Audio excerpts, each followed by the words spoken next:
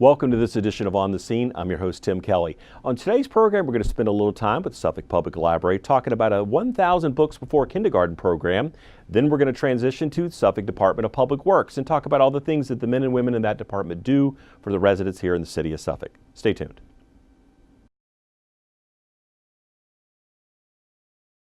Welcome back to On the Scene, joined by two very special guests from Suffolk Public Library. We have Jennifer Brown, who's the Youth Family Services Manager, and April Watkins, who's the Early Childhood Senior Librarian, here to talk about a very unique event. Just got kicked off, though, early May, the 1,000 Books Before Kindergarten. So, 1,000 Books Before Kindergarten. Pretty daunting task, I think, for any young person.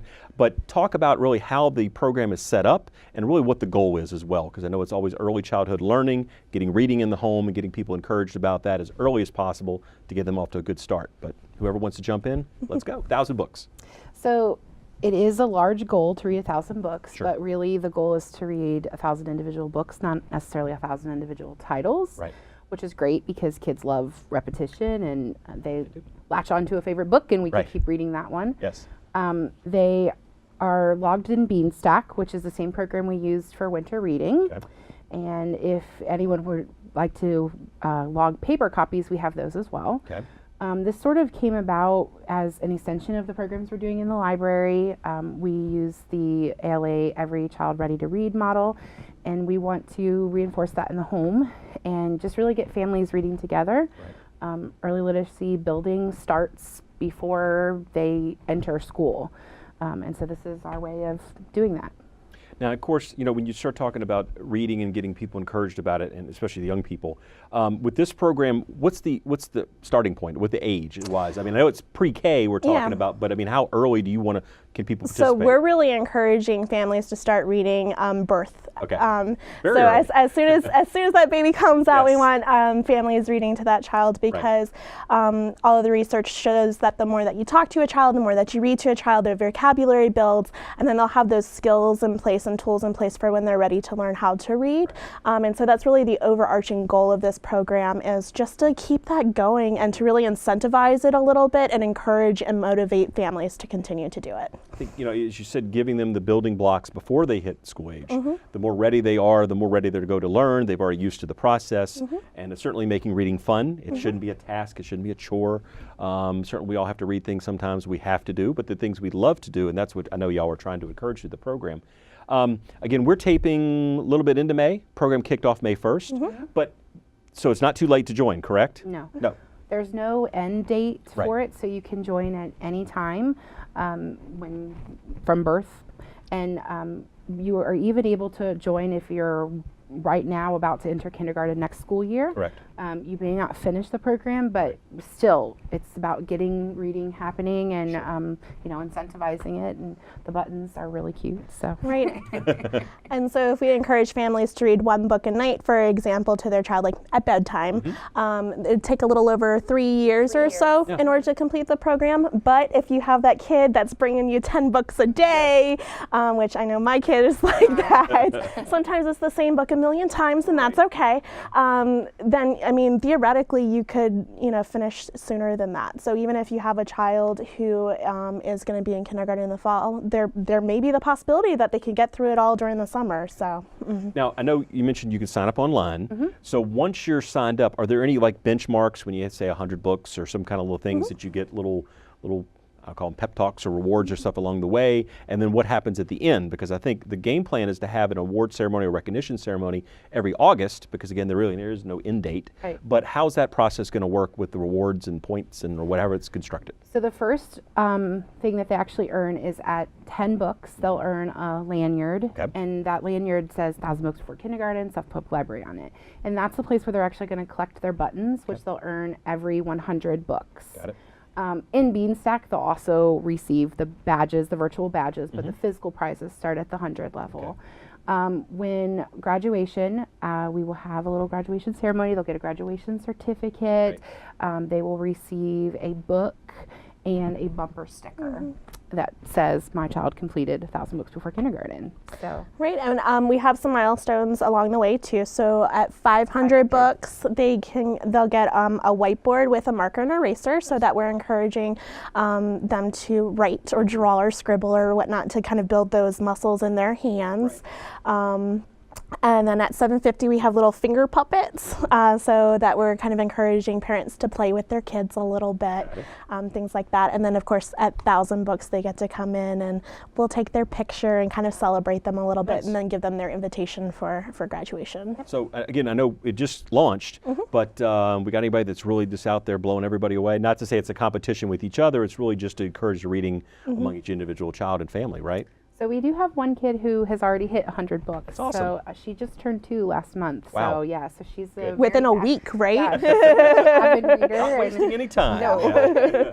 So I just saw that this morning that Okay. she hit 100. So Now, along the way, I don't know if it's part of the program or not, but I'm sure it's a service that Suffolk Public Library can do. If a parent is like, I'm not sure if this book is, I say age appropriate, in the sense of is it too much or too little?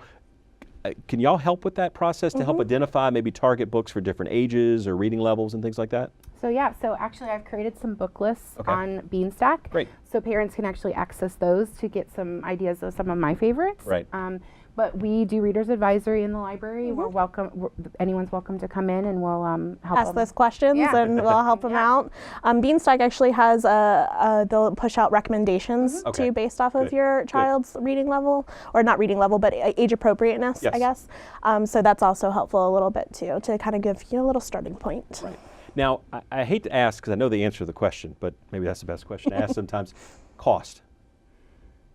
Zero. That's what I thought. Yeah. Okay, yeah. Zero.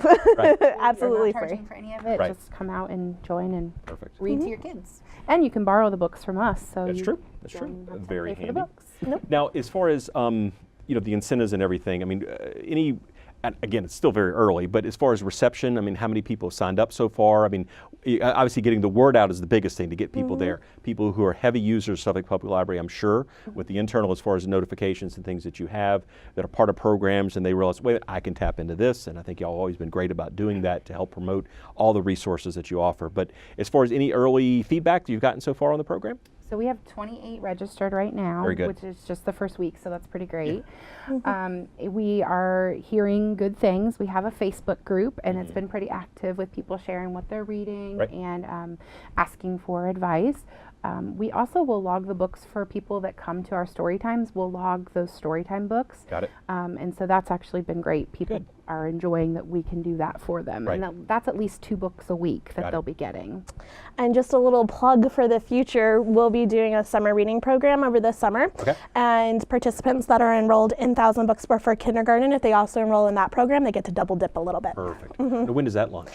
June 16th. Okay, so we got a little bit of time. We got a before little that kicks time, up, but right. just a little early plug. When would that wrap up? I mean, before school comes back? August I think 4th. generally. Yeah, okay, okay. And then do y'all have like a little ceremony or anything with that too? Because I know usually there's a theme and some other things. Well- I don't want to give away the store, so to speak, so far, but since we're talking about it. We're going to have a rather large program at the end of the summer to Good. kind of wrap up the summer, Yes. as well as with the summer reading program, we're going to be doing a raffle.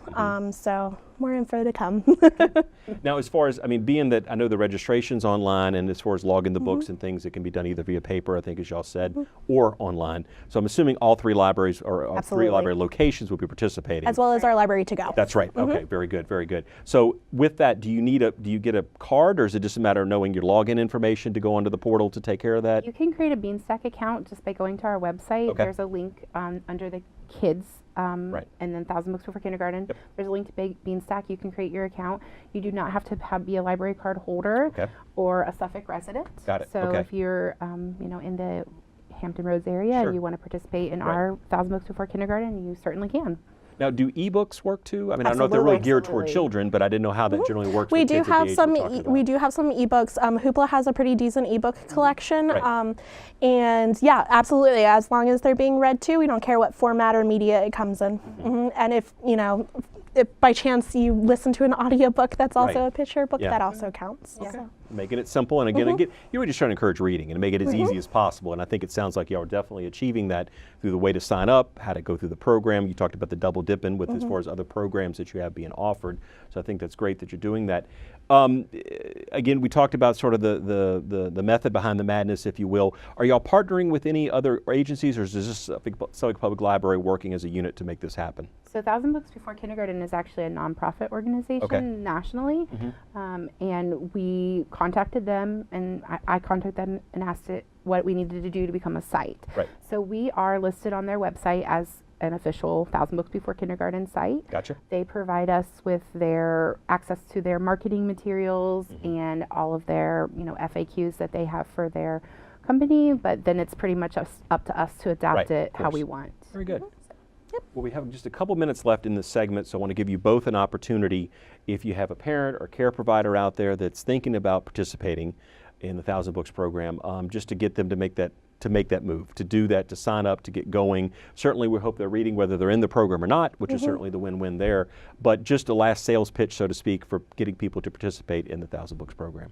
So I think for me, kind of seeing the sense of accomplishment for the kids, like saying, oh, I have read this many books and the excitement behind that, and kind of having those like little 100 benchmarks along the way, I think keeps them motivated and keeps them excited about the whole process.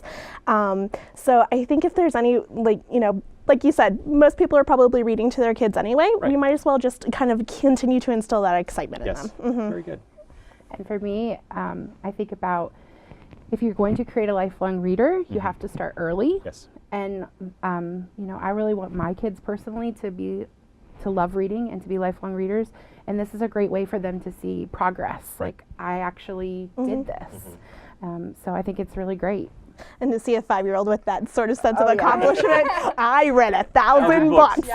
Good thing to put on a resume, right? Now, with the lanyard, you talked about is it going to have enough room to fit all the things that could go on there? I mean, I'm sure you've kind of mapped it out. Yeah, so they're like little mini buttons. Okay. So they're not like the giant ones, Right. but they're kind of smaller. So there's enough room around the lanyard to get your 10 on there for your each 100. And then I think we have a special button for completion. You did it. Yes. Yeah, they even get like a little participation badge with their name on it. So Very good. yeah, Sort of looks like a runner. try to personalize it as much as Exactly. possible. Very good. Yeah. Well, again, thank you both for your time today. 1,000 Books Before Kindergarten is already underway, and it'll be going on really, I guess, theoretically, forever. Forever.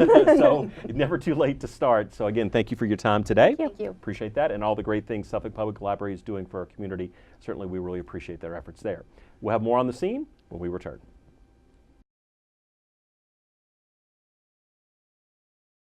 Welcome back to On the Scene. We're joined now by L.J. Hanson, Assistant Director of Public Works Department for the City of Suffolk, to talk about Public Works. May 20th through the 26th is National Public Works Week, and the power of Public Works is sort of the theme for this year's week. And we wanted to give L.J. a chance to talk about all the things that Public Works does. I know sometimes people blend public utilities, mix it in with Public Works, or other departments kind of crisscross, because there's a lot of things when you're involved in, say, a building project, there'll be some overlap in here and there. But when we look at Public Works, sort of just taking an overview perspective, what don't y'all cover? Because you cover quite a bit, and I think things that people don't realize fall with Public Works. Yeah, sure. I mean, certainly a lot of things that people think about what the city does fall under our purview. But to go back to some of the things that we don't cover, Yes. we don't cover water and sewer. We get that a lot. That's public utilities, and, Yes. and they do a great job of that. You mentioned also with regard to new building and that type of thing, we work very closely with planning and community development. And planning and community development is also responsible for code enforcement. So that's another area that we don't cover. Correct. But we do a lot of work with regard to development. So we review plans to see how the road network works and whether the connections are going to work, whether it's going to, the road geometries are going to be safe and appropriate. And of course, we look at things like drainage and other major infrastructure things that will determine whether or not the community is going to function correctly. And then we have inspectors that are out there to make sure that the improvements that are done to the public part of the development Right. will be done accordingly. So I guess another area we don't cover Right. is we don't have inspectors that are inspecting stuff that is not in the public domain. And I think sometimes there's some confusion about that oftentimes. Right. Now, but as far as we talk about the engineering side of public works, there's traffic engineering, and then there's stormwater engineering and things that come into play. Talk about just the engineering aspect of what public works does, because it kind of goes in a couple of different directions, doesn't it? Yeah, it sure does. Our engineering division has several subdivisions, I guess. Part of that is geared towards projects that we're doing. Right. And most of the time, those are projects that are related to transportation, either through VDOT, or state or federal grants and other types of monies. We'll do roadway improvements. We have a large one coming up on Route 58 right now. We have one that's currently underway on Nansemond Parkway at the city line with Chesapeake, and we have a number of other projects that are in the works, many. Right. So that's our public projects, and we tend to refer to those as our CIP subdivision. Closely tied to CIP as property acquisition, or we call them right of way, but it's kind of a misnomer because it's property acquisition is really what gets done. Sure. And that's a big part of what it is that we do when we get to these projects, and they do an outstanding job. They work with property owners through the acquisition process. And then, of course, we have other divisions in engineering that look at stormwater, stormwater management, and that's all the way through from initial reviewing of the plans to making sure that we're in compliance with our stormwater permit that we're required to have through the Department of Environmental Quality. Now, when you talk about stormwater, we're talking about runoff from rain, and right? I mean, that's what we're talking about. We're not talking about, like you said, it's not water flow for your tap water at your home and things like that. It's the runoff for that, correct? So you're talking ditches and retention ponds and things like that. Is that correct? Yeah, it is. It deals primarily with rainwater. Right. I mean, that's what it's supposed to be for. Right. And of course, we're also on the lookout to make sure that it is just rainwater, that we do watch for illicit discharges and things that shouldn't be going to our drains and stuff. It's a big part of what it is that we do to make sure that we're protecting the bay and our local rivers and streams. Now, you mentioned for engineering, looking at public roadway projects. Well, certainly roads fall a lot into public works and what you do as far as with projects and making sure that there's no the trash collection. You oversee some of that aspect when there's debris on the side. I know we have some contractors, also city staff kind of partner to kind of make sure some of that happens. But as far as when we talk about roads in the city of Suffolk, how is Public Works overseeing that? As far as the funds we get from the state as well as local funds and everything, and also trying to find grant money that can help us kind of get more bang for the buck when we do some of these projects too, right? Right, and I think you're kind of transitioning away a little bit from our engineering and our construction into our roadway maintenance division. Right, correct. And so that's something that that's a big part of what Public Works does. Yes. We have over 100 employees in that division, and that's a very big part of what it is that we do. We are looking at everything from pothole fixing to mill and overlay, maintaining the shoulders, curbs, gutters, sidewalks, those types of things. That falls all under our roadway maintenance. And we do get reimbursed from VDOT. That's from our gas taxes that as citizens we pay. That comes to us, a share of that comes to us for that. Yes. We also look to leverage on other grants and other types of things. When you get into a large project like replacing a bridge or something like that, it would be very difficult to do that with just the maintenance funds that we have. So we do look at that and other opportunities. Now, and back to engineering just for a second, as far as traffic engineering, how does that factor into roadway construction, roadway maintenance with regard to street lights and signage and other things that kind of come into play, speed limits and things like that? Yeah, traffic engineering, they're kind of, they're one of our divisions that operates on both sides. So that a little bit of planning, they're reviewing the plans as they come in. Also, they're responsible for operations and maintenance. So we have subdivisions inside of a subdivision. It can be confusing sometimes when you're talking about local government, but they do the whole gambit. They're looking at traffic signals, paint, signs, street lights, those types of things. Now, it's important to know that we don't control the street lights. Correct. They just keep an eye on making sure that we're in compliance with standards, and when somebody is asking us about it, we certainly help them. But those are all contract supplied through local electric companies. Gotcha. Now, as far as with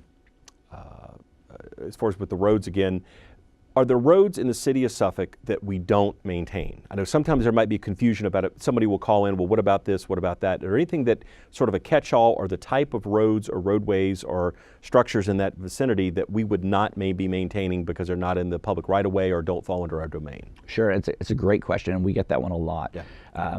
In the city of Suffolk, we have about 1,650 lane miles of road that we do maintain, Right. but there's a significant amount of miles that we don't maintain. Sure. And those predominantly fall into things like condos associations, or if you live in a neighborhood and you have some private alleys. In Suffolk, the easy way to tell whether we maintain the road or not is looking at the color of the sign. Yeah. So green signs, and in the downtown area, black signs Got it. indicate that it's a public road. Okay. If it's a yellow sign, that indicates that it's a private road and it's not a road that we would maintain. Oh, no, one other thing that Public Works is noted for is refuse, and also overseeing our recycling program that we partner with TFC Recycling for that. Talk a little bit about how that goes and how y'all kind of manage that area of, which is a really big, important thing, especially given, we talk about landfills and things like that, which we don't maintain, but certainly our refuse is going to them just like other local communities. Right, yeah. Suffolk is a member community of the Southeastern Public Service Authority, or SIPSA, as we all know them. Yes. And they help us, or rather they accept all of our waste, but Suffolk collects our own waste from our large green bins. Right. And we also have a contract with Tidewater Fiber, TFC, for collecting the blue bins. And it's important that we, of course, make sure that we have the right stuff in the right place. Right. But those guys work very hard. We have a very good group. If you think about how many homes we have in the city of Suffolk and how spread out and diverse they are. So we have guys that are probably collecting garbage in an urban downtown setting on one day of the week. Right. And on another day of the week, they might be in a suburban area working around an entirely different type of geometrics and neighborhoods, and then into a more rural setting. Yes. And not to mention, of course, they have to pick up garbage on very busy streets, and we're certainly aware of how much that they do.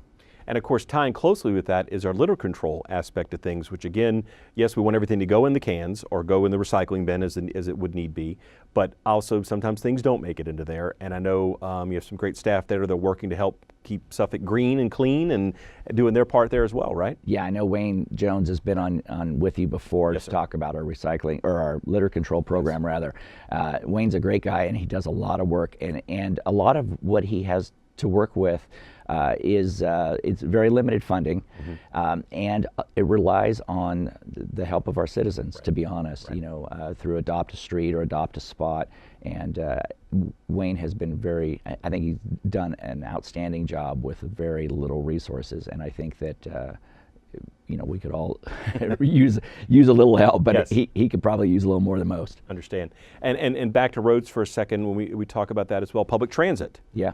Suffolk Transit falls under Public Works domain, so talk a little bit about that program and the fact that I know, about a year or 2 years ago, we'd added some routes as far to help kind of diversify that, and talk a little bit about Suffolk Transit. Right. Suffolk Transit is a division of Public Works. That's unusual. A lot of cities don't do it through Public Works. Right.